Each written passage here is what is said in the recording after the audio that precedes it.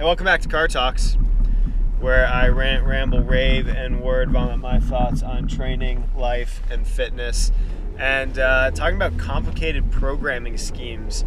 Just because this would just came up on my mind, and really was just thinking, what can we talk about today? And complicated programming schemes, I think, are something that a lot of people get caught up in. They get caught up in the cluster sets. They get caught up in the these wave sets and things like that, and they have their place. It's not that they're bad programming things. Actually, they're really good. But most people, when you really look at most people trying to make progress, basic set and rep schemes like 5x5, 4x5, hypertrophy sets of 3x12 or 4x8, whatever, they tend to do really well with those. And when we're really looking at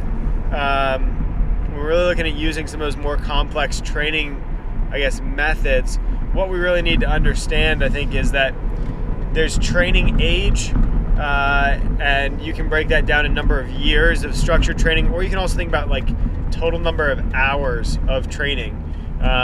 Personally, I've spent thousands of hours in the gym, but if you only work out twice a week for 2 years, well, what is that?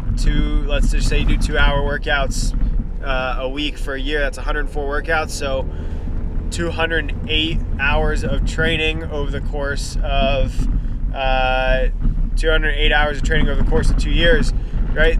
You can still make a lot of progress with some very basic training methods. You throw some tempos in there, but the whole fancy rep schemes that a lot of people get stuck in doing,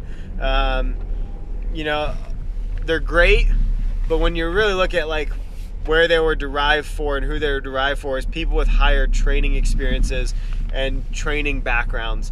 A lot of times we get caught up, I got to do this, I got to do that.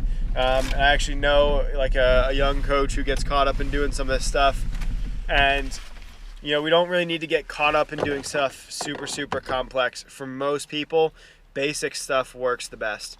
That's basic movement patterns, basic programming principles, and basic set and rep schemes. So if you find yourself and you're questioning, how you should program sets, how many reps, volume, things like that, remind yourself, stick to the basics. The basics tend to work really well. So just something to think about. Until next time, we'll see you in the passenger seat.